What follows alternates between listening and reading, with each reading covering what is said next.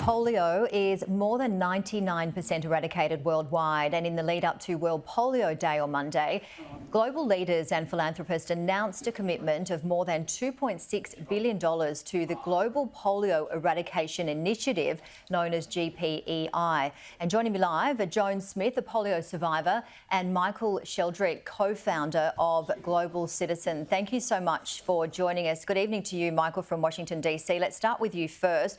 The importance of the announcement and funding to eradicate polio. How important is it?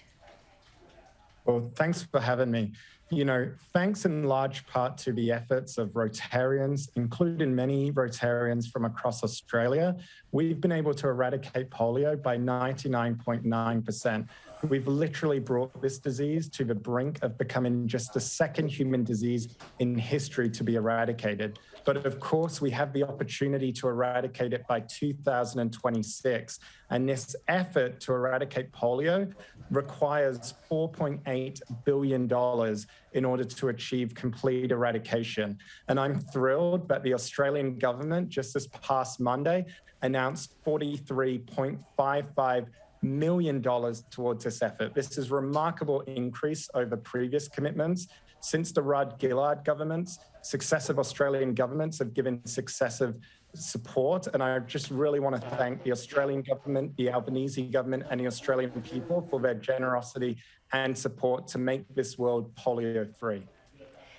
And Joan, good morning to you. You have agreed to share your story. You were touched by polio at the age of 3. Tell us what happened. Well, at the time I was into hospital for another reason. While I was in hospital, we believe that's where I got polio. So at the age of 3, I was left with all the after effects. I think the worst part for me was the total isolation from family as a 3-year-old. The mother was only allowed to come and visit once a week because visitors would upset the children who were in isolation. So initially it was strapped down into a full body splint all of the time, except when the physio got you out for some very, very painful exercises. But after having that for a couple of years, I began school late, but by that time I was able to walk in calipers and caught up with my age level in school. And in fact, the first year of my attending school was the year that they introduced the polio vaccines in schools. So the doctors had a bit of a laugh that I wouldn't get that again. So right through my childhood, it was a program of painful exercises, no dignity, calipers. I, along the way, had to learn to become very self-sufficient. I became very resilient and determined to prove to myself that I could keep up with all the other kids and do everything that everybody else did. Got through high school and actually managed to get into Teachers College. And at that point, my contact with any polio doctors treatment ended. I was free.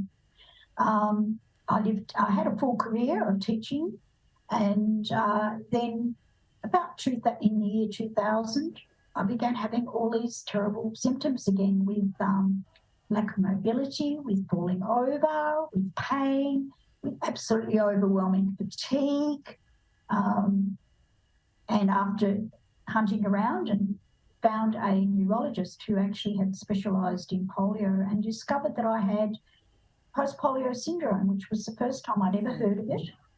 And that was the cause of all these things coming back. So it ended my career and a lot to go through. A lot to go through in so many years of so much pain and suffering. Michael, there has been reports of wild polio in Pakistan, Afghanistan and also Mozambique this year, and also reported cases in the US and the UK. How concerned are you? Look, the reality is, so long as polio remains anywhere, it is a threat everywhere. And there's been still 30 cases of reported wild polio this year.